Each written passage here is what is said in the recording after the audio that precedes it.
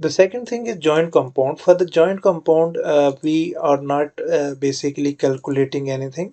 However, the formula is same, okay? But joint compound is something that is basically changes according to the place and according to the skill of the carpenter.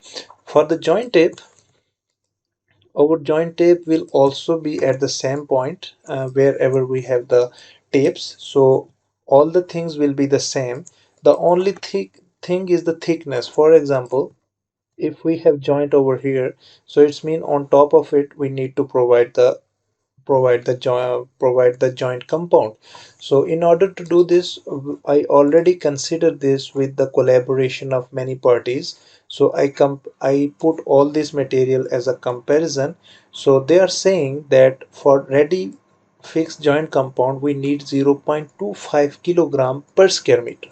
Okay, so after careful calculation, I received this information from site team, from manufacturer, from my own experience, my calculation. So it is 0.25 is enough to cover 1 square meter of the area. Okay, so this fiber tape is basically you will get in a bucket, and the size in which you will get 28 kilogram of what, 28 kilogram joint compound you will receive. Okay, so this 28 kilogram joint compound is made up of one bucket. Okay, and to cover 1 square meter we need how much, 0.25. In other words, what we need to do, we will just simply add this together. It's equal to this plus 30, okay, multiply by,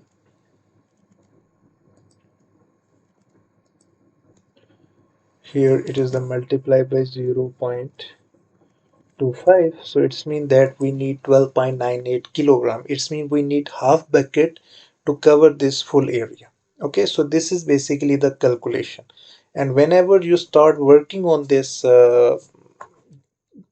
joint compound, you also need to consider the skill of the carpenter, how he's using. The wastage factor is also there, so these things you need to consider it over there. Okay.